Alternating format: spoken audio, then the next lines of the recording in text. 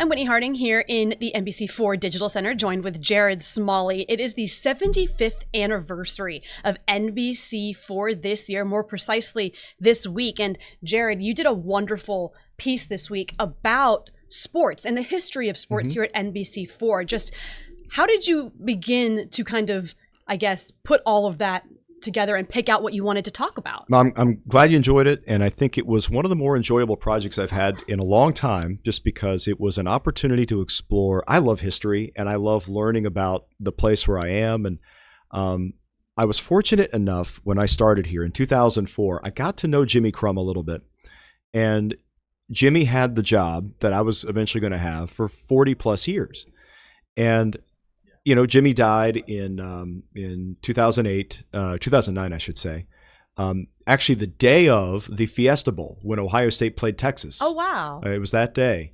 And I remember I had a number of conversations with him over the years about his theories about what we should be doing. And Jimmy was a beloved figure. He was also not shy about sharing his opinions. And that was for me exactly what I needed when I got here. I didn't know what I didn't know, and he was a great coach, mentor, cheerleader, and he really believed in me, and he really believed in all the folks that were in between us. And so when I went back and started looking through the archives, I found crazy stuff that I didn't know we still had. And it just made this process so much more enjoyable to be able to show people who have never heard of Jimmy Crum, what he did and some of the antics and some of his flair and some of the things he said. And that was just such an enjoyable thing to get to go back and relive. And then obviously that's not the only part of the story for us, but it's a huge chunk of it. And so that was the part that really excited me.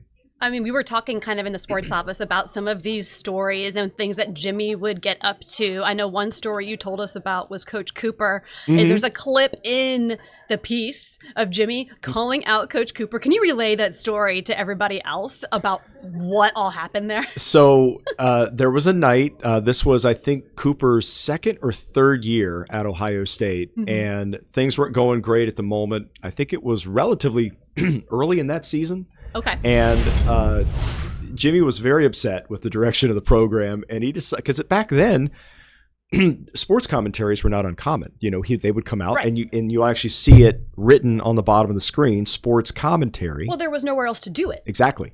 So they had to just make a little chyron at the bottom of the screen, sports commentary, and Jimmy would just opine. And he decided one night that he was going to write an open letter to the leadership at Ohio State to tell them that they should ask for the resignation of John Cooper. And so I have not talked to John Cooper about this, so I cannot verify the validity of this at all. This could be complete fiction, but it's a good story. I have heard from a couple people that apparently there was a conversation that night between Jimmy and John Cooper.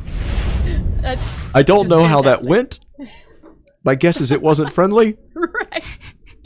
It also shows to me how sports coverage has changed so much. Like we said, commentary in a local newscast was so much more normal then because we didn't have the social media platform to do kind of what we're doing right now, which is a commentary. So when you're going back through all of the stuff, because there's a lot of stuff, Central Ohio, great sports, so we have lots of history. How did you decide what to include? What stood out to you? Kind of give us a little bit of your process, because for those who don't know, you have to go back into all different kinds of actual tapes, and you have to find things from decades ago. It's not easy. Yeah, it's a arduous process, I guess. I mean, so what we did was we focused on what are the biggest events, right? So we have to think back in the history of, you know, what all's gone on in this region, and then make decisions on what are the biggest things, right? Yeah. So you start there, and it's very simple. So obviously Ohio State, obviously our professional teams, Blue Jackets, Crew, etc. Big milestone moments. Buster Douglas winning the world title. Right. Jack Nicklaus and the Memorial Tournament is a massive part of Central Ohio. You can't do that without him. No. There were some things that I put in and some things I left out that I wish I had. I put in the Katie Smith achievement, being the highest scoring women's professional basketball player at the time ever. Sir.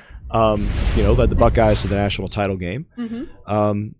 Something I left out of the piece, but I originally had it edited in, was Kyle Snyder, the youngest American man to ever win a gold medal, Olympic gold medal, from an Ohio State wrestling team. Wild.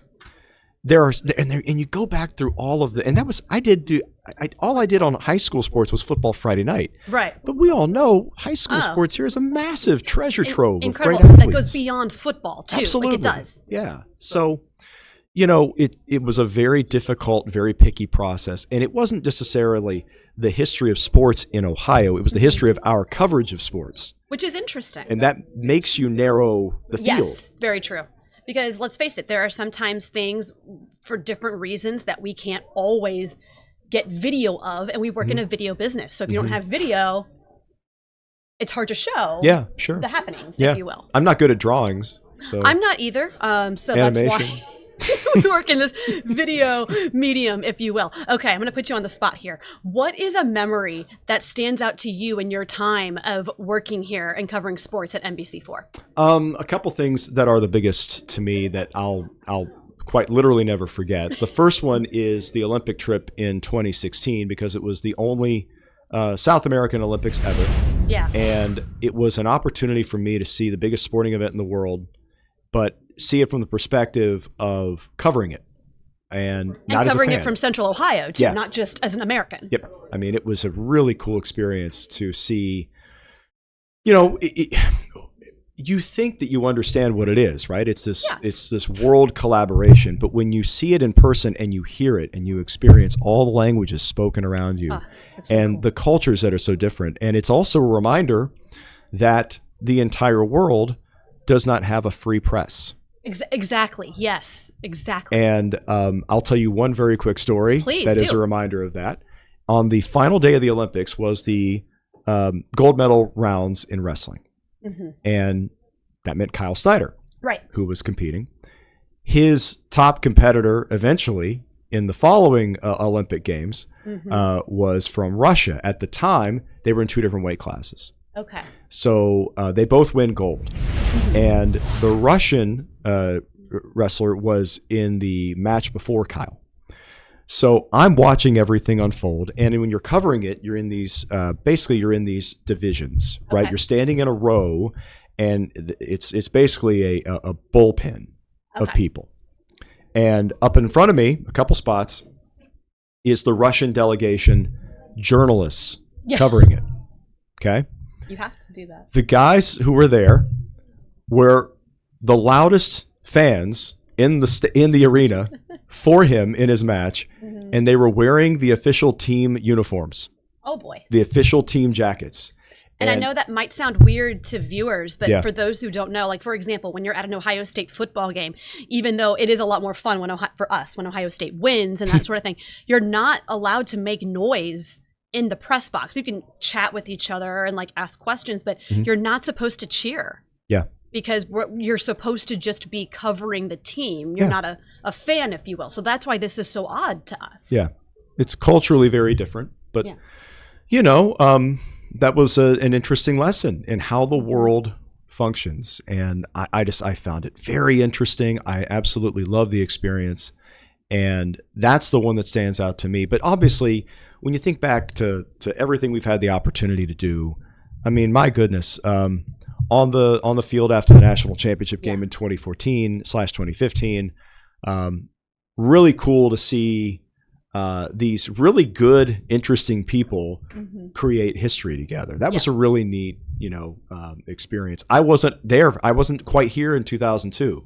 That's right. So I didn't see that experience there in Tempe. But I mean, those are just moments that you're like, they paid me to be there. And like ridiculous. Wild. It's those moments when you sit back. I remember doing this when I was in Louisville covering horse racing, and I'm standing on the track as these horses are going by, and you're sitting there going, who else gets to do this Yeah. and experience it, and not just that, but try to relay that experience to other people. Yeah, it's true. And it's so cool. Yeah, it's one of the reasons you do the job. It is. It is not the fame and fortune, I can assure you.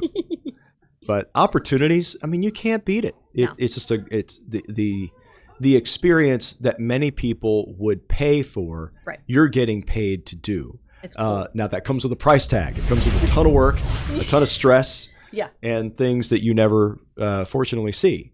Mhm. But it's such a privilege to cover sports here. I'm glad I still get to dip my toe in it every now and again, and enjoy it still. But I'm awfully proud of the legacy of being from here. Yes. And being a part of this program, being a part of a great fraternity of Mhm. people. Oh, absolutely. And I'm not only proud of what we've accomplished, I'm super proud of what we're going to accomplish. I love our team currently. I think we have a great future. Mhm. And all this did, 75 years, was build us up to where we're going.